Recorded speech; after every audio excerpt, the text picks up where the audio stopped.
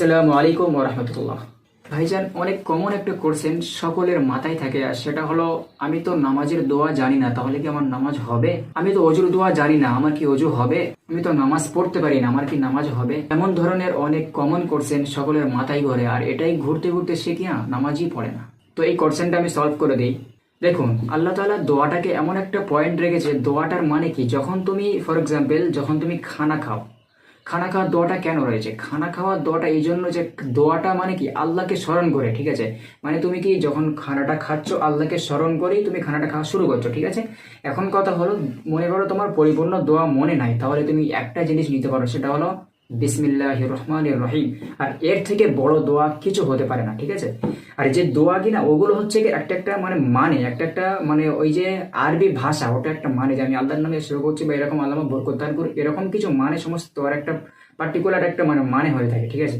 আর এখন কথা হচ্ছে কি, তোমার যদি দোয়া না জানা থাকে, যদি দোয়া জানা থাকে তাহলে অবশ্যই অনেক ভালো, যদি না জানা থাকে তাহলে জানার চেষ্টা করতে হবে। যে কোনো কাজের শুরুতে সর্বসময় আল্লাহর নাম নিয়ে শুরু করাটাই সব থেকে ভালো। সেই জন্য তুমি প্রত্যেকটা কাজে বিসমিল্লাহির রহমানির রহিম বলে পড়লে সেটাতে আল্লাহর স্মরণ থাকে এবং সমস্ত কিছু আল্লাহর একটা রহম, একটা বরকত হয়, ঠিক আছে?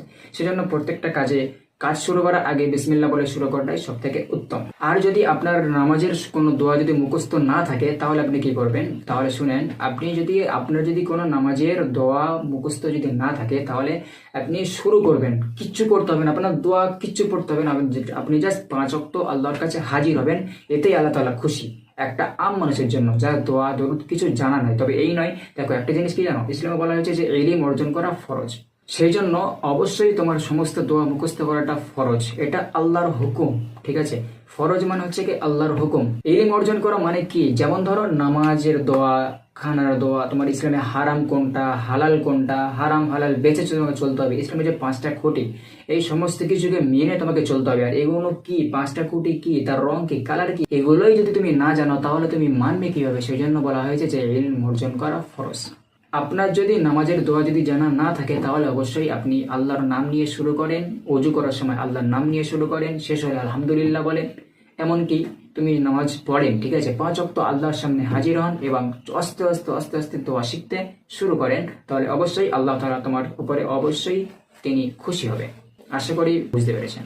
সমস্ত রকমের দোয়া শিখতে এই চ্যানেলটি সাবস্ক্রাইব করে রাখুন। দেখা হবে আবার অন্য কোনো একটা ভিডিওতে। আসসালামু আলাইকুম ওয়া রাহমাতুল্লাহ।